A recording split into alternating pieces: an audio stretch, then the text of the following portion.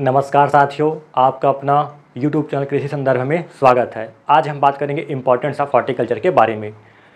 कोई भी एग्ज़ाम हो, सीधा सीधा क्वेश्चन पूछा जाता है। शुरू से अंत तक इस वीडियो को देखिएगा, कहाँ से और कैसे क्वेश्चन पूछा जाता है। एग्ज़ाम में एक एक नंबर इंपॉर्टेंट होता है, कभी कभी से 4 से 5 नंबर का भी पूछ लिया जाता है, कोई भी से एग्ज़ाम हो। तो शुरू से अंत तक इस वीडियो में बने रहिएगा। उम्मीद करता हूँ कुछ नया आपको देखने को मिलेगा, इसमें सुनने को मिलेगा। और जो भी चैनल में नए होंगे वो इस चैनल को क्या करना है सबको पता है, और जो पुराना है उनको भी क्या करना है पता है। ठीक है, तो ज़्यादा समय नहीं लेते हैं, अपन स्टार्ट करते हैं आज का टॉपिक इंपॉर्टेंस ऑफ हॉर्टिकल्चर। तो इंपॉर्टेंस ऑफ हॉर्टिकल्चर हमारा फर्स्ट पॉइंट आता है in India production of fruit in second position. जो हमारा भारत देश है, आखिर हम फल की बात करें या अपन सब्जी की बात करें तो दूसरे स्थान पर है। पहले स्थान पर कौन है? चीन है। सुनते भी जाना, लिखते भी जाना, इंग्लिश देख के डरना नहीं है, मैं हिंदी में बोलते भी जा रहा हूँ। तो जो हमारा भारत देश है वो फल और सब्जी के उत्पादन में दूसरा स्थान रखता है। पहले स्थान पर आता है चीन। हमारा जो भारत देश है वो सब्जी का उत्पादन करता है 90.20 मेट्रिक टन, जबकि सब्जी का उत्पादन करता है 169.1 मेट्रिक टन। उसके बावजूद भी हमारा भारत देश दूसरे स्थान पर आता है सब्जी और फल उत्पादन में। अगर हम दूसरे पॉइंट की बात करें, total area of horticulture crop, total area 100% होता है खेती करने के लिए, तो उसमें से कितना एरिया या कितना क्षेत्रफल हॉर्टिकल्चर क्रॉप कवर करता है, यानी कि हम कितने % एरिया पे फल लगाते हैं, फूल लगाते हैं, सब्जी लगाते हैं, उसी की बात करेंगे। तो हम टोटल एरिया की बात करें तो टोटल एरिया 13% कवर करता है कौन? हॉर्टिकल्चर क्रॉप, जिसमें से 5% कवर करता है आपका वेजिटेबल और 4% कवर करता है आपका फ्रूट। तो 5 और 4 कितना होता है? 9। फिर आप लोग बोलोगे कि 4% और कहाँ गया? तो जो बचा 4% है उसको कौन? फ्लोरिकल्चर यानी कि फूल उत्पादन कवर करता है। तो हो गया भाई टोटल 13%। तो टोटल एरिया पूछे हॉर्टिकल्चर का तो 13% कवर करता है। 5% वेजिटेबल सब्जी, 4% फ्रूट फल और 4% फ्लोरिकल्चर यानी कि फूल उत्पादन भी अपन कवर करते हैं। फिर तीसरे नंबर की बात करें तो contribution of horticulture in agriculture export, यानी कि जो हमारा उद्यान है वो कितने % की भागीदारी देता है कृषि फसल में एक्सपोर्ट करने के साथ। मान के चलिए कि एरिया कितना था? 100%, तो 13% कवर कर रहा था हॉर्टिकल्चर, हमारा जो उद्यान शास्त्र की फसल है, उद्यानी फसलें। वैसे ही हम टोटल एक्सपोर्ट करते हैं, बाहर भेजवाते हैं कुछ चीज़ को, तो उसमें कितना % की भागीदारी यानी कंट्रीब्यूट निभाता है हॉर्टिकल्चर क्रॉप यानी कि उद्यानिकी फसलें? तो 25%। याद रखना भाई, 25% भागीदारी करता है कौन? हॉर्टिकल्चर क्रॉप अकेले एक्सपोर्ट करने में, बाहर भिजवाने में। फिर चौथे नंबर का आता है in Indian high export horticulture crop. अगर हम हॉर्टिकल्चर की बात करें तो सबसे ज़्यादा एक्सपोर्ट किए जाने वाला फ्रूट, वेजिटेबल और ड्राई फ्रूट्स कौन कौन से अपन देख लेते हैं। तो सबसे ज़्यादा बाहर भिजवाने वाला हॉर्टिकल्चर क्रॉप में पहला आता है, अगर हम जूसी फ्रूट की बात करें या नॉर्मल फ्रूट भी बोले तो मैंगो आता है। वहीं पर अगर अपन ड्राई फ्रूट की बात करें तो केशव नट है, और अपन वेजिटेबल की बात करें, ये ऊपर लिख देता हूँ ना, वेजिटेबल की बात करें तो ओनियन है, प्याज है।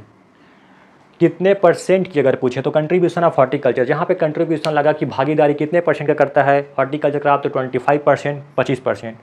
और in Indian high exporting horticulture crop, तो सबसे ज़्यादा एक्सपोर्ट किए जाने वाला फसल कौन है हॉर्टिकल्चर के अंतर्गत, उद्यान के अंतर्गत? तो बताना, फ्रूट में है मैंगो, ड्राई फ्रूट में है केसव नट, काजू, और वेजिटेबल में है ओनियन, प्याज, जिसको हम लोग क्या बोलते हैं? गोंदली।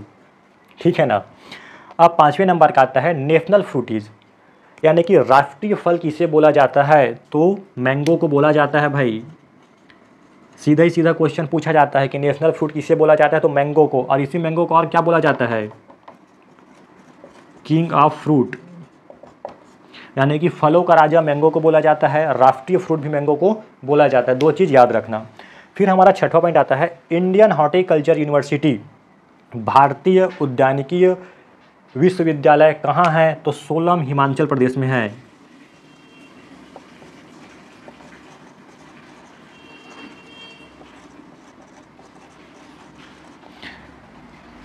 कोई सा भी एग्जाम हो भाई, सीधा सीधा क्वेश्चन पूछा जाता है इससे कि इंडियन हॉर्टिकल्चर यूनिवर्सिटी कौन है? सोलन, हिमाचल प्रदेश है। नेशनल फ्रूट इज मैंगो, यानी कि राष्ट्रीय फल कौन है? तो मैंगो है। फ्रूट, फलों का राजा कौन है? तो मैंगो है। हेवन ऑफ फ्रूट, यानी कि स्वर्ग का फल। हेवेंस का मतलब होता है स्वर्ग, फ्रूट मतलब स्वर्ग का फ्रूट किसे कहा जाता है, तो केला को कहा जाता है।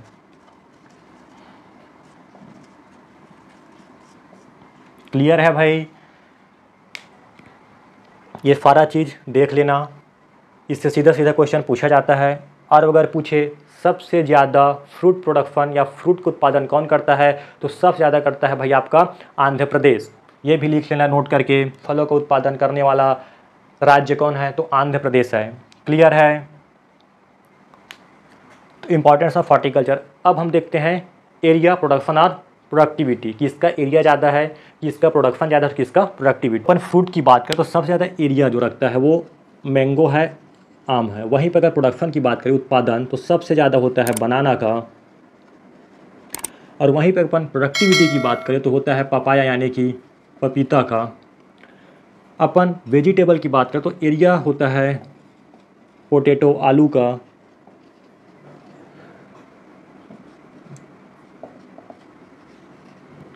टेटिओडा या टेपियोका भी बोलते हैं, जिसको अपन सैगो बोलते हैं। सबसे ज़्यादा उत्पादन उसका होता है कि इसमें वेजिटेबल में। स्पाइसेस की बात करें, ये टिटियोडा सैगो कैसा दिखता है, आपको डिस्प्ले में दिखाई दे रहा होगा। पोटैटो तो सब लोग देखे ही हैं। फिर होता है स्पाइसेस, मसाले में चिली एंड गार्लिक।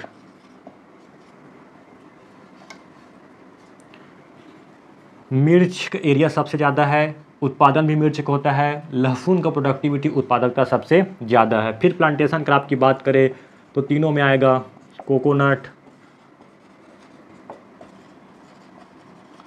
यानी कि नारियल। अगर हम स्टेट वाइज बात करें हॉर्टिकल्चर क्रॉप की, तो सबसे ज़्यादा जो एरिया रखने वाला है वो कौन सा है, महाराष्ट्र है। प्रोडक्शन की बात करें तो आंध्र प्रदेश है। और वहीं पे प्रोडक्टिविटी की बात करें तो महाराष्ट्र और आंध्र प्रदेश दोनों हैं। वेजिटेबल में बात करें तो सबसे ज़्यादा जो एरिया रखने वाला है वेस्ट बंगाल रखता है, ठीक है। प्रोडक्शन इसका करने वाला है वेस्ट बंगाल, जबकि प्रोडक्टिविटी इसका होता है तमिलनाडु में। वेजिटेबल में पूछे तो सबसे ज़्यादा एरिया किसके पास है, वेस्ट बंगाल के पास है। प्रोडक्शन भी कौन करता है, तो वेस्ट बंगाल करता है, जबकि प्रोडक्टिविटी तमिलनाडु करता है। स्पाइसेस की बात करें तो सबसे ज़्यादा एरिया राजस्थान के पास है, जबकि प्रोडक्शन आंध्र प्रदेश करता है और प्रोडक्टिविटी को अरुणाचल प्रदेश करता है। इसमें लगा लेना IMP, कंफ्यूज मत होना। एरिया राजस्थान का है, प्रोडक्शन आंध्र प्रदेश का है और अरुणाचल प्रदेश प्रोडक्टिविटी करता है स्पाइसेस का, गार्लिक का। और इसमें अपन बात करें तो तीनों में केरला आएगा।